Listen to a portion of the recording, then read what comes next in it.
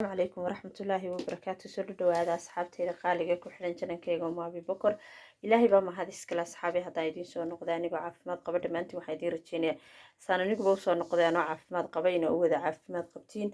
maanta waxaan idiin wadaa cabitaankaas 3 nooca laakiin 2 nooc mar walba waan samaysanaa. kan ayaan idiin wadaa. halkan waxaa inoogu jira caano, halkan waxaa inoogu jira baalka loo yaqaano boorash iyo loos. waxaan ka samaysan doonaa cabitaankan intaa baan ka samaysan doonaa. daawasho wanaagsan kana faa'iideysta. waxaan rajeynayaa inaad ka faa'iidi doontiin cabitaanka looska iyo boorashka iyo caanaha ka samaysan. aad iyo aad buu fitamiin badan yahay, wayna isla arkaynaa. strawberryda iyo caanuhu way fitamiin badan yihiin, iyaguna aad bay u fiican yihiin, jidhka way qaboojiyaan. liin macaanta iyada habeyska sheeginba kamaba maarmanaba, inagu kama tagnaba iyada. markaa daawasho wanaagsan kana faa'iideysta. cabitaanku jidhka ayuu u fiican yahay. wakaaste asxaabe, intan ayaan isku soo shiidayaa. koob caanaa, 3 qaado boorasha iyo looska. intaa loosa ayaan isku soo shiidayaa. insha Allah bismillaahi kariim. waxaan rajeynayaa inaad ka heli doontiin sida uu inoogu soo baxo.